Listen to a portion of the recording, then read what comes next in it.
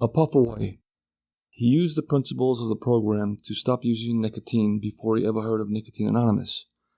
Now smoke-free for many years, he continues to attend meetings to ensure that he stays free. I smoked my first cigarette when I was no more than 4 or 5 years old. I lived in a project. We played in the courts and streets, would find old butts, and do like the big people do. These early attempts were met by violent coughing, and I didn't actually remember ever enjoying a single cigarette or other smoking material. In my early teen years, I didn't really smoke, but to be cool, one had to have a pack of smokes rolled up in the sleeve of one's t-shirt. I was probably more self-conscious than the average teen, so I would dig out my pack and carefully roll them in the proper place. They were only a quarter a pack in the machines. In fact, they were 23 cents and the change was inside the cellophane wrapper. Money was tight, and this, coupled with still present cough reflex, meant that I actually smoked very few of these precious props during the period. During these years, my father was a drinker, smoker, and would put his crumpled packs of cigarettes in his bureau drawers when he got home from a night of cards and drinking.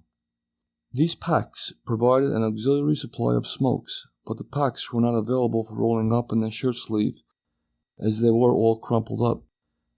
The 2 or 3 remaining cigarettes would have to be carefully uncrumpled to be used. After smoking, or more accurately choking, 1 or 2 of these treasured butts, I would rush into the house and head straight for the refrigerator and the pickle jar to hide my breath.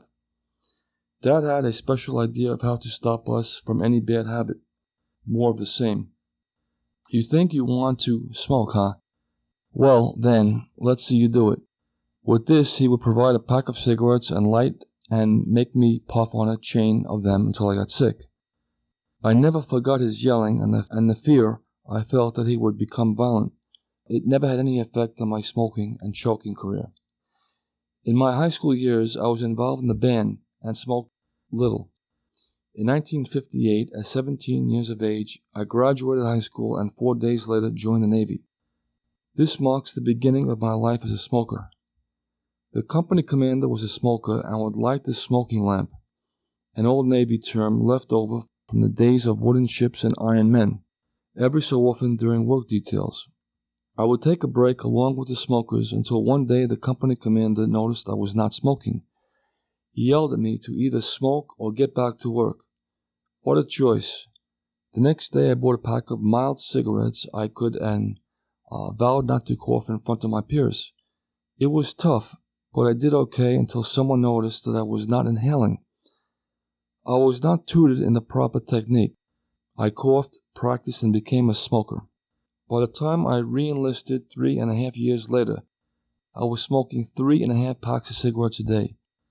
This was no doubt aided by the fact that cigarettes were $1 a carton on the ship and overseas.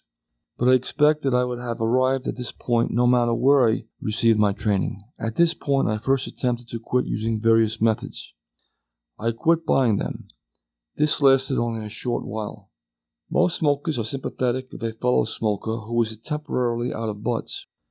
But when one tries to bum 70 a day, even the most gracious balk. I quit carrying them. I turned my cigarettes over to another smoker with the idea that having to hunt him down to get one of my smokes, I would have to cut down. Ha ha. Within 3 days, he gave me the remainder of the carton, and I was to quit bothering him every few minutes. I switched to menthol. When I went to 3.5 packs a day, I gave up trying to quit. 4 years after I was still at this level of use, I was being treated for stomach pain with ulcer medication and would often get so dizzy after the first smoke of the day that I would have to sit down. There were times I would have to leave work due to nausea late in the afternoon. I never connected any of this to my smoking. This was before all the night convenience store, and many a time I would have to dig through the fireplace, the ashtray in the car, or the garbage can to hold me over the next morning. I didn't mind the fireplace or ashtray, but hated the ones in the garbage as they were usually wet. At this time I was teaching a class in Navy school. It was a gentleman's agreement that one could not be bothered while getting ready to smoke a cigarette. This translated into a respite when I was pressed to answer a question for which the answer was not right on the tip of my tongue. The process was reach in the shirt pocket for the pack, fish one out, tamp it down, open the lighter, put the cigarette in the mouth, light the lighter, light the cigarette, inhale slowly, hold it, exhale. This could only buy 1 or 2 minutes to ponder the answer to the question. If not for one of the above situations, I might still be smoking. I had opened a fresh pack at 8 in the morning and started teaching a class. At 10:30, someone asked a difficult question, and I reached for Old Faithful. The pack was empty. I had smoked a whole pack in just more than 2 hours.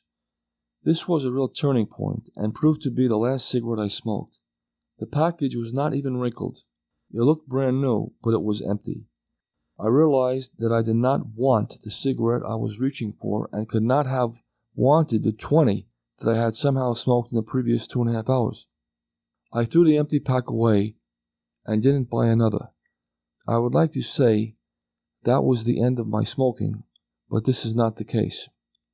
I do not remember any of the details of the withdrawal period, but when I received orders to report to a Navy squadron on its way to Vietnam, my first thoughts were of smoking. How could I face the endless hours of sea waiting for the planes to return to the combat without my old pal? It was then that I turned on the idea of smoking a pipe. I had smoked a pipe off and on over the years and had one someplace. I searched the house and found the pipe and some old tobacco. I was off to the races once again. I don't know what you know about pipes, but there were 2 major things that I hadn't thought about. First, a pipe takes a long time to smoke. Second, a pipe is not easy to put out.